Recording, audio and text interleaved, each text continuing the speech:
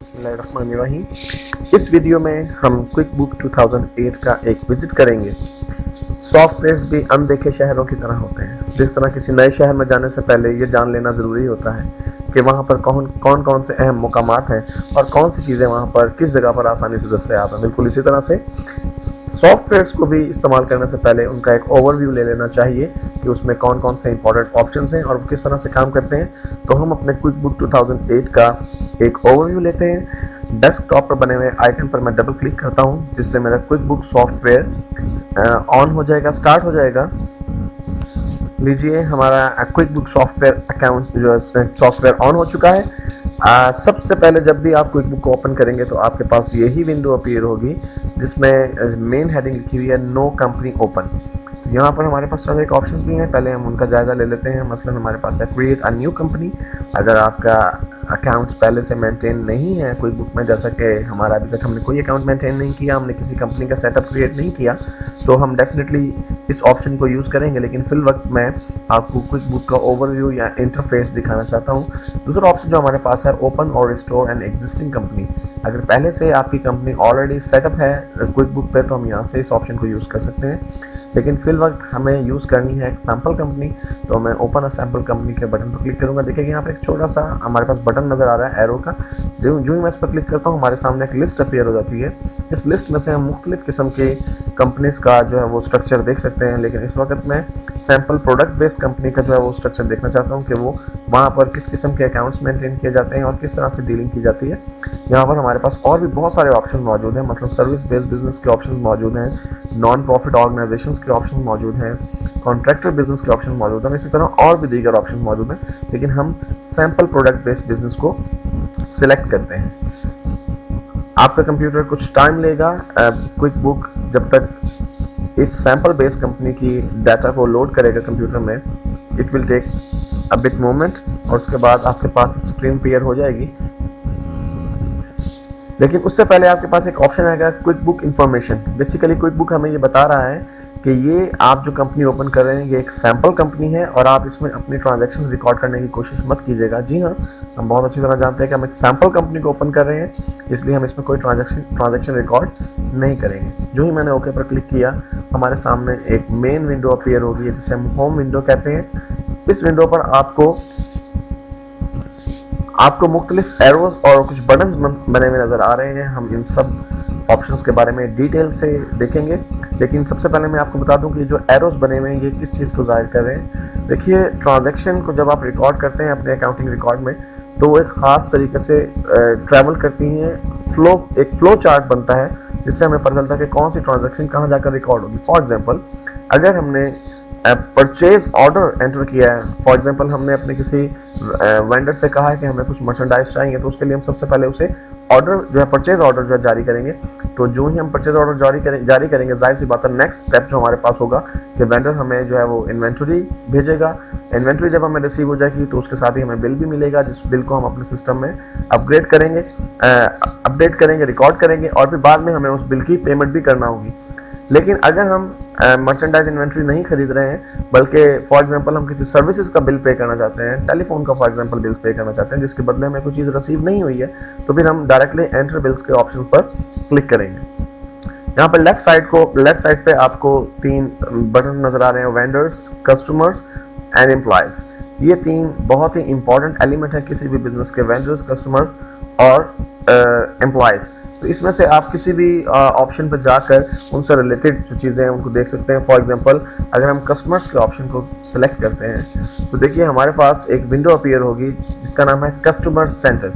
Customer centre में हमारे जितने भी कस्टमर्स हैं उसके बारे में हमें इंफॉर्मेशन मिल सकती है।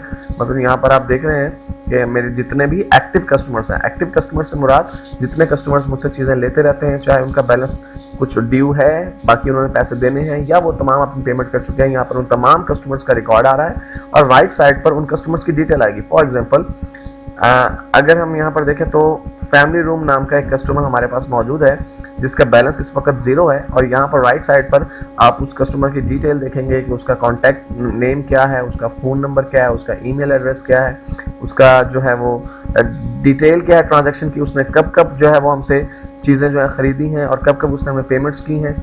ये सब डिटेल हम यहाँ से देख सकते हैं।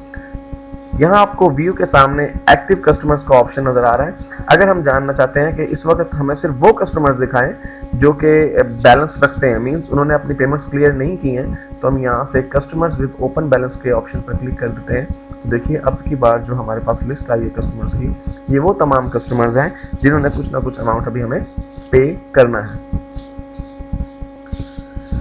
यहाँ पे आपको टॉप पर बहुत से बटन्स बने हुए नजर आ रहे हैं। हम इन बटन्स के बारे में डिटेल से डिस्कस करेंगे, डिटेल से देखेंगे कि ये किस काम आते हैं, किस मकसद के लिए इस्तेमाल किए जाते हैं। लेकिन इस वक्त मैं आपको जो चीज़ दिखाना चाहता हूँ वो है हमारे इनवॉइसेस।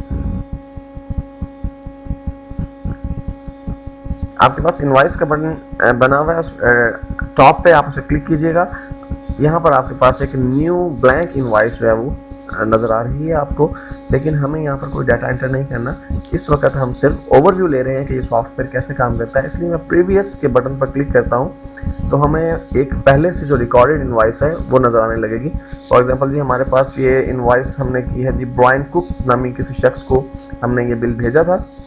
यहाँ पे राइट साइड पे आपको वो डेट नजर आ रही है जिस तारीख को ये इनवॉइस लिखी गई, इनवॉइस नंबर, शिप टू, उसे शिपमेंट कैसे की गई, किस एड्रेस पे की गई, उसके साथ क्रेडिट टर्म्स क्या है, मीन्स उसे डिस्काउंट के लिए हमने कितना ड्यूरेशन दिया है, कितना टाइम दिया है, और उस बिल की ड्यू डेट क्या है, हमने उसे कौन कौन सी आइटम सेल की हैं, उनकी डिस्क्रिप्शन क्या है, क्वांटिटी क्या है, पर आइटम रेट क्या है, और उसमें जो हमारी अमाउंट बनती है, और टोटल अमाउंट हमें यहाँ पर नजर आ रही है कि टोटल अमाउंट हमने उसे इस इनवॉइस की कितनी वसूल करनी है। एक मरतबा और प्रीवियस के ऑप्शन पर क्लिक कीजिए, आप देखेंगे कि आपके पास एक और इनवॉइस आई है, लेकिन यहाँ पर आप देखिएगा कि ये इनवॉइस पिछली इनवॉइस से कुछ मुख्तलिफ है। ऐसी इनवॉइस को हम प्रोग्रेसिव इनवॉइस कहते हैं, यानी ऐसी इनवॉइस जिसमें कुछ अमाउंट हमें रिसीव हो चुकी है और कुछ बाकी की अमाउंट अभी हमें रिसीव नहीं हुई है। फॉर एग्जाम्पल अगर आप पहली आइटम को देखें तो रिमूवल लेबर, हमारा अंदाजा था कि हम इस रिमूवल लेबर के लिए $350 चार्ज करेंगे उस शख्स को या इस पार्टी को, जो कि ये किसी क्लिनिक की बेसिकली इनवॉइस है, डॉक्टर डार्सी रॉबसन के नाम से। तो हमने 80% जो है वो ऑलरेडी उसको हम चार्ज कर चुके हैं, यानी जितनी 350 अमाउंट हमने लेनी थी उसमें से 80% वो हमें पे कर चुके हैं। बकाया 20% जो है वो रिमेनिंग है, और इसका जो यूनिट रेट है क्वांटिटी के साथ, 1 यूनिट का रेट जो $35 है, इसका मतलब है कि $70 अभी हमने उनसे बकाया मजीद लेने हैं। प्रोग्रेसिव इनवॉइसेस प्रोजेक्ट्स के लिए ज़्यादा सूटेबल होती हैं, जहां पर हमने अपने कस्टमर्स के साथ लॉन्ग टर्म जो रिलेशनशिप है वो क्रिएट करना होता है। इसके बाद मैं आपको दिखाता हूं कि हमारे पास रिपोर्ट्स के हवाले से क्या ऑप्शंस मौजूद हैं। मसलन आपके पास टॉप पर ये रिबन बना हुआ है जिसपे रिपोर्ट सेंटर है, इस पर क्लिक कीजिए, आपके पास रिपोर्ट सेंटर ओपन हो जाएगा। यहाँ पर आपके बिजनेस से रिलेटेड तमाम रिपोर्ट्स आपके पास मौजूद हैं। देखिएगा आपकी कंपनी एंड फाइनेंशियल जो है वो खुली हुई है, यानी फाइनेंशियल पोजीशन आपकी कंपनी की यहाँ पर आपको राइट साइड पर नजर आ रही है। उसमें अगर आप देखना चाहते हैं फॉर एग्जांपल कि आपकी प्रॉफिट एंड लॉस की पोजीशन क्या है, तो आप स्टैंडर्ड के ऑप्शन पर क्लिक करेंगे। जो ही आप इस पर क्लिक करेंगे आप देखिएगा कि एक प्रॉफिट एंड लॉस अकाउंट आपके सामने बना हुआ आ रहा है, जो आपको ये बता रहा है कि 1 दिसंबर से लेकर 15 दिसंबर 2011 तक इस कंपनी ने कितना प्रॉफिट अर्न किया है। ये डिटेल बता रही है कि हमने कितनी इनकम जनरेट की, कितनी हमने उसमें से हमारे एक्सपेंसेस थे, और हमारे पास ग्रॉस प्रॉफिट कितना है, और हमारे अदर कारोबार को रन करने के दूसरे एक्सपेंसेस जो हैं वो कितने हैं, और आखिर में हमें नजर आ रहा है कि हमारा प्रॉफिट कितना है। अगर आपने इससे पहले कभी ऐसी फाइनेंशियल स्टेटमेंट नहीं बनाई तो बहुत ही अच्छी बात है, क्योंकि आपको क्विक बुक में ऐसा कुछ नहीं करना है। क्विक बुक ऑटोमेटिकली आपके लिए फाइनेंशियल स्टेटमेंट्स यानी इनकम स्टेटमेंट और बैलेंस शीट्स वगैरह प्रिपेयर करती है, आपको जस्ट इसमें ट्रांजैक्शंस रिकॉर्ड करना है। इसी तरह एक बहुत ही अहम पॉइंट जो हमारे पास इस वक्त मौजूद है वो है चार्ट ऑफ अकाउंट्स का। ऊपर बने हुए रिबन में से अकाउंट के बटन पर जब आप कर्सर लाते हैं तो आपके पास चार्ट ऑफ अकाउंट लिखा हुआ नजर आता है। इसका मतलब है ये वो ऑप्शन है जहां से आप अपने चार्ट ऑफ अकाउंट को मेंटेन करते हैं। किसी भी अकाउंटिंग सॉफ्टवेयर में चार्ट ऑफ अकाउंट रीढ़ की हड्डी की हैसियत रखता है। आप कोई भी ट्रांजैक्शन रिकॉर्ड नहीं कर सकते किसी भी अकाउंटिंग सॉफ्टवेयर में जब तक कि आप अपना चार्ट ऑफ अकाउंट मेंटेन नहीं कर लेते। चार्ट ऑफ अकाउंट से क्या मुराद है? चार्ट ऑफ अकाउंट से मुराद वो तमाम अकाउंट्स हैं जो आपके बिजनेस में यूज होंगे। फॉर एग्जांपल आपके वेंडर्स के अकाउंट्स, आपके डेटर्स के अकाउंट्स, आपके एक्सपेंसेस के अकाउंट्स, आपके रेवेन्यूज के अकाउंट्स, आपके लायबिलिटीज के अकाउंट्स, आपके एसेट्स के अकाउंट्स, आपको पहले सॉफ्टवेयर को बताना पड़ता है कि आपके कौन कौन से अकाउंट्स हैं और उसके बाद ही सॉफ्टवेयर उन अकाउंट्स के साथ डील कर सकता है। अदरवाइज कोई भी सॉफ्टवेयर दुनिया में ऐसा नहीं है जो आपके इंस्ट्रक्शंस के बिना ट्रांजैक्शंस को प्रोसेस कर सके। हम डिटेल से चार्ट ऑफ अकाउंट बनाना सीखेंगे, उसके मुख्तलिफ ऑप्शंस पर गौर करेंगे, लेकिन फिल वक्त मैं आपको दिखाना चाहता हूं एक और अहम ऑप्शन जो हमारे पास क्विक बुक में मौजूद है, जो कि है चेक।